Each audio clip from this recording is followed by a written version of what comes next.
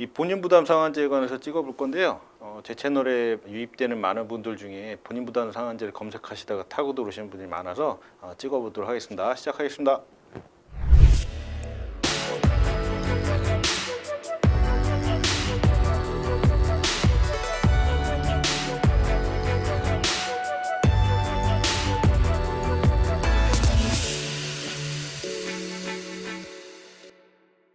여러분들 살면서 병원 가셔야 되는 일 꼭 있습니다.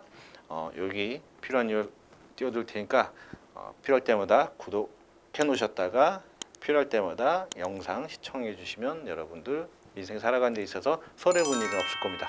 이 본인 부담 상한제가 뭐냐, 이거를 또 쉽게 설명을 드려야 될 텐데, 이거는 사실 주변 분들도 모르는 분들 상당히 많으세요. 설계사 분들조차 모르는 분들이 많으시더라고요. 정확하게 뭔지 쉽게 설명드리겠습니다. 본인 부담 상한제가 뭐냐면, 건보료 낸 거에 대해서 국민건강보험공단에서 그 소득에 따라서 병원에 가서 내는 돈을 합산합니다. 연으로. 그래서 합산해서 얼마 이상 넘어가게 되면 그 초과분에 대해서 그 다음에 공단에서 환급해 주는 제도입니다. 이거 상당히 좋은 제도예요. 이 제도는 정말 여러분들이 알고 계시면 정말 세금 내는 게 요거는 좀 아깝지 않다는 생각이 드실 거예요. 다만 이제 소득 구간이 높아질수록, 만약에 500만 원이라 한도가 정해져 있다, 내 소득 분위에 따라서. 그러면 내가 그 한 해에 만약 1000만 원의 의료비를 지출했다라고 하면 500만 원이 넘어가는 돈은 공단에서 그 다음에 돌려줘요.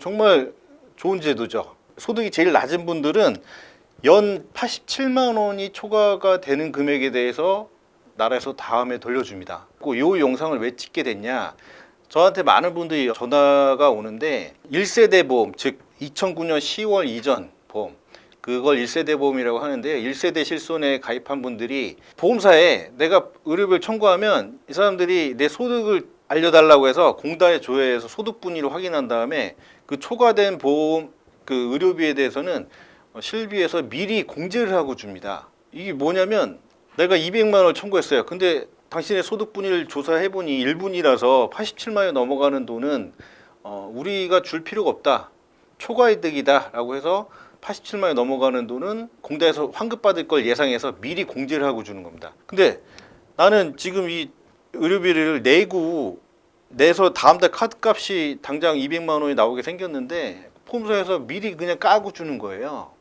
그러면은 이 사람은 87만 원까지밖에 못 받았기 때문에 초과되는 금액에 대해서는 어차피 나를 돌려주는 거기 때문에 87만 원을 돌려받는다.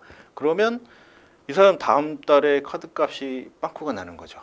이거는 다음에 받는 건데 미리 공지를 해버려요. 이것 때문에 다툼이 많았죠. 근데 요거에 대해서 또 나중에 말씀드릴 건데, 요것 때문에 다툼이 많다가 결국에는 최근에 대법원 판례가 나왔습니다. 2023-283913 대법원 판례가 드디어 나왔어요. 뭐냐면, 계속 하급심 판례에서 줘라 안 줘도 된다 뭐 이렇게 갈리다가 드디어 이 실손보험금에서 이 초과분에 대한 거는 지급할 필요가 없다라고 결론이 났어요. 그래서 이제 보험사가 안 줄 겁니다. 간략하게 판례에 대해서 요약을 해서 말씀드리자면, 1심에서는 소비자가 패소했는데 고등법원에서는 돈을 줘라라고 소비자가 이겼는데 대법원 가서 뒤집혀서 보험사가 승소한 케이스입니다. 나라에서 건보공단에서 혜택받는 금액이 초과한 거는 초과이익이다, 이중으로 받는 거다라는 취지인데, 2009년 10월 이후, 즉 2세대 보험부터는 이게 약관에 명시가 돼서 이제 더 이상 보험사가 안 줘도 되는 근거가 생겼는데, 그 전 보험이에요. 약관에 안 써 있단 말이죠. 그 부분에 대해서는 다툼이 많았는데 결국은 이제 보험사가 이긴 케이스인데요. 이 판례에 대한 제 개인적인 입장을 말씀드리자면, 예전에 새마을금고연합회에서 그 우리들 상해보험이라는 보험이 있었어요. 이 보험이 뭐였냐면, 웃긴 게 본인 부담금뿐만 아니라 공단 부담금까지도 보험사에서 주는 보험이었어요. 그러면은 이 환자는 병원에 갈수록 돈을 버는 형태였어요. 그 보험도 새마을금고에서 그때 손해가 엄청 크니까 그냥 직업이 환자였던 사람도 있었습니다, 그때는. 근데 지금은 이제 다 이제 보험기간이 만료돼서 없어졌는데, 말도 안 되는 보험조차도 돈을 다 지급했단 말이에요, 새마을금고에서. 왜 줬냐? 지금처럼 이렇게 안 주고 그냥 소송하면 될 것이지. 근데 작성자 불이익 원칙이라는 게 있어요. 약관을 만든 사람을 작성자라고 해요. 약관에 써 있지 않거나 해석이 불분명할 때는 작성자, 즉 보험사가 불이익을 받아야 된다. 약관 해석을 보험사한테 불리하게 해야 된다는 취지예요. 어쨌든 이 작성자 불이익 원칙은 법원에서 즉 판결할 때 대전제로 여겨지는 부분인데 그것 때문에 어쨌든 지급을 하겠는데 지금은 아예 이 약관에 써 있지도 않고 뭐 애매한 문구조차도 없습니다. 본인 부담금 줘라라는 거예요. 그때 당시에는 또 이 병원별로 뭐 의원, 병원, 종합병원, 대학병원에 이 급에 따라서 공제하는 금액도 없었어요. 그리고 본인 부담은 100%를 줬단 말이에요. 근데 지금은 뭐 90%, 80%뭐 병원별로 공제 금액도 크잖아요. 물론 비급여 부분은 보험사에서 지급을 합니다만은 제가 설명을 안 드렸던 게 본인 부담 상한제에서는 비급여는 빠집니다. 요거는 이제 따로 논의로 할게요. 얼마가 발생할지 모르니까. 근데 그때도 보험사가 적자는 아니었던 걸로 저는 기억을 해요.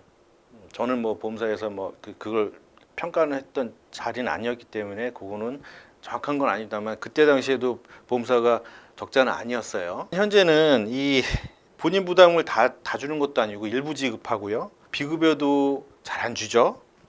그리고 입원도 통원이라고 해서 안 주고 고액치료비도 안 주고 입원이 길어지면 의료정을 받아서 이거는 적정 입원 기간이 아니다라고 해서 또 삭감을 하고 또 막 소송한다고 겁주고 깎고 그러고 있어요. 그리고 사실은 이 실비가 일반적으로 병원 가면은 뭐 10,000원, 20,000원, 30,000원 이 정도밖에 안 나온단 말이에요. 병원비가. 저 같은 경우는 뭐 가면 10,000원 아니면 몇천 원 이렇게 나오는데 병원별 공제금을 빼고 청구할 게 없어요. 청구해봐야 1-2천 원이란 말이에요. 그냥 저는 귀찮아서 청구 안 한단 말이죠. 대부분 많은 사람들이 그럴 겁니다. 근데 이제 제가 많이 다치거나 아니면 크게 아파서 가게 될 일이 있어요. 그러면은 병원비가 많이 발생을 해도 소득에 따라서 나라에서 돌려주니까 그 초과분에 대해서는 또 보험사에서는 안 주고 이게 치료 목적이면 비급여도 지급을 해야 되거든요.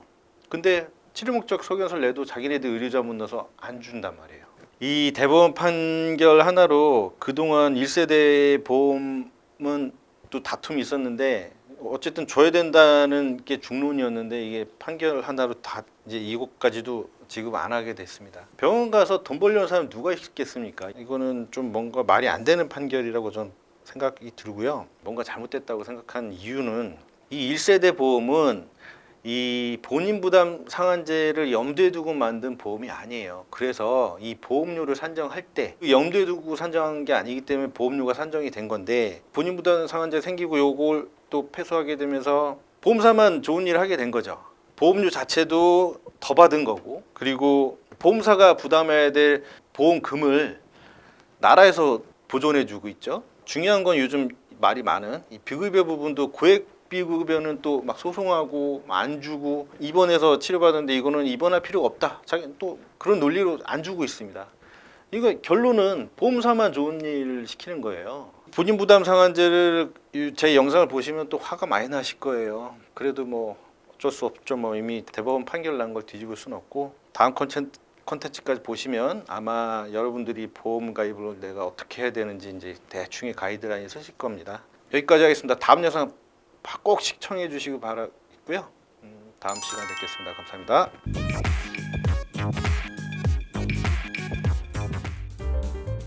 다음 영상은 실비보험 혹은 내가 보험 가입을 어떻게 해야 될 것이냐 그걸 준비하고 계신 분들은 꼭 필수 시청 영상입니다. 기대해 주세요. 감사합니다. 궁금하신 점 있거나 댓글 달아주시면 제가 성심성의껏 댓글 달아드리도록 하겠습니다. 감사합니다.